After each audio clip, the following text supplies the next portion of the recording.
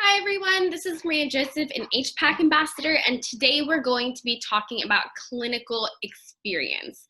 So everything from what is clinical experience to how do I get clinical experience is going to be covered in this video.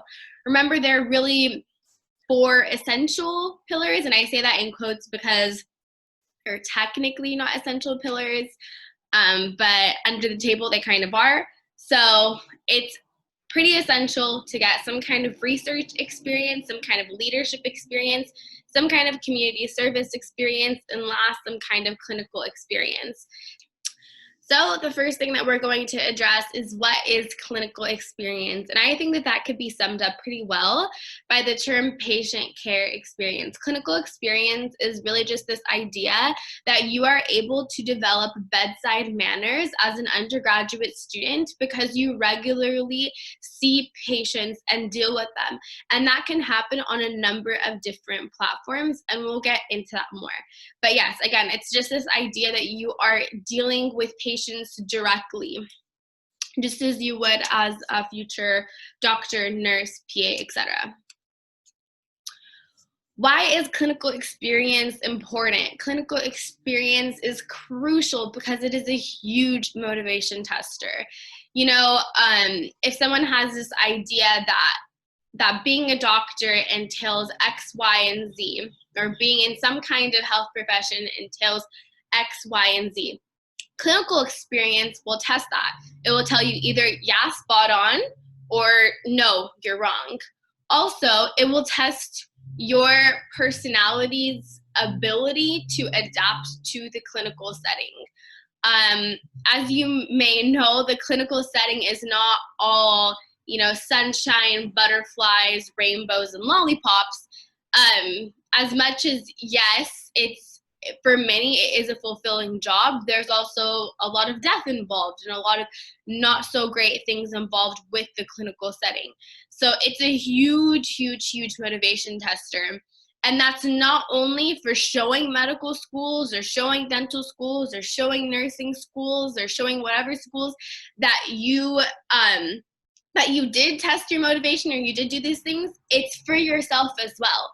It's for yourself to be able to say, yes, I can continue in this path for my entire life and I will genuinely be happy in this path, or to be honest with yourself and say, you know what, this is different than what I thought it was. This is different than how I read this was.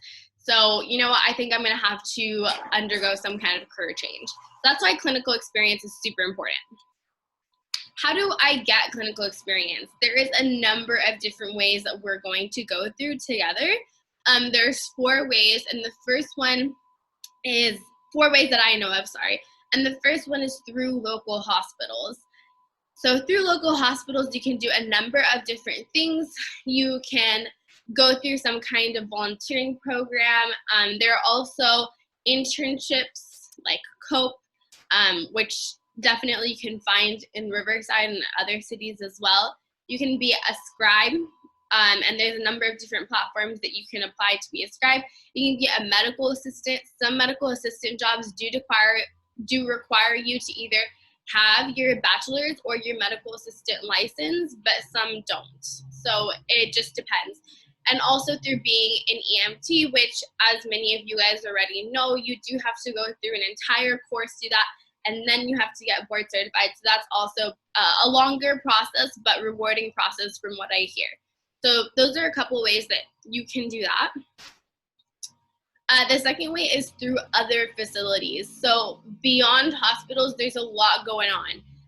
You could volunteer at some kind of nursing home.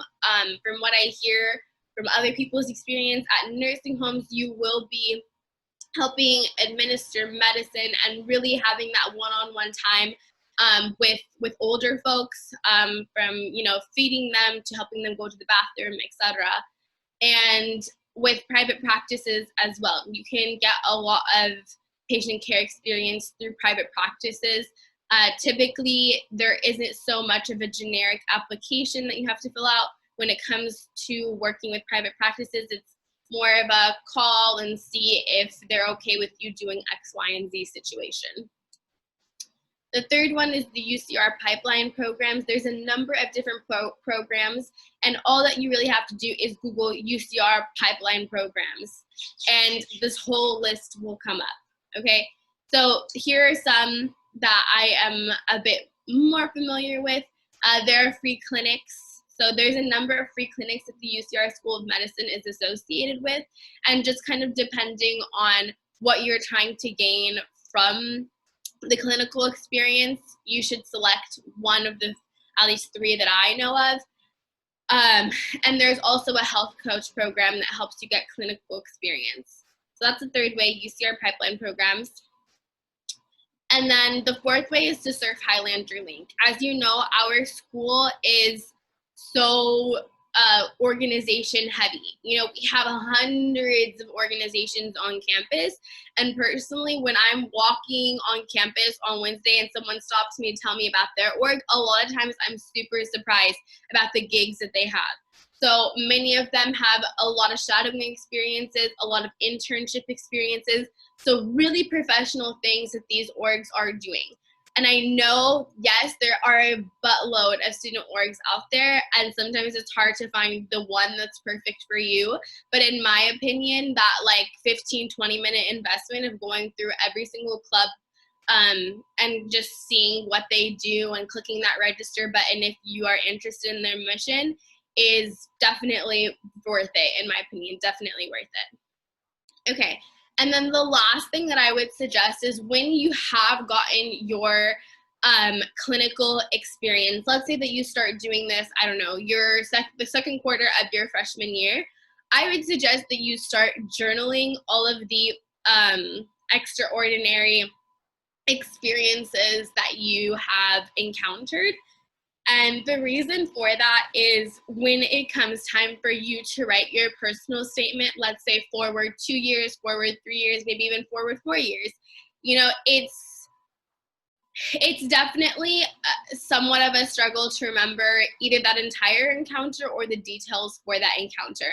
Now, of course, you do not want to violate any HIPAA regulations. So when it comes to the patient's name and specifics about the patient himself or herself, don't document that. Don't write that in the journal. That is not part of your scope of practice. That is pretty illegal.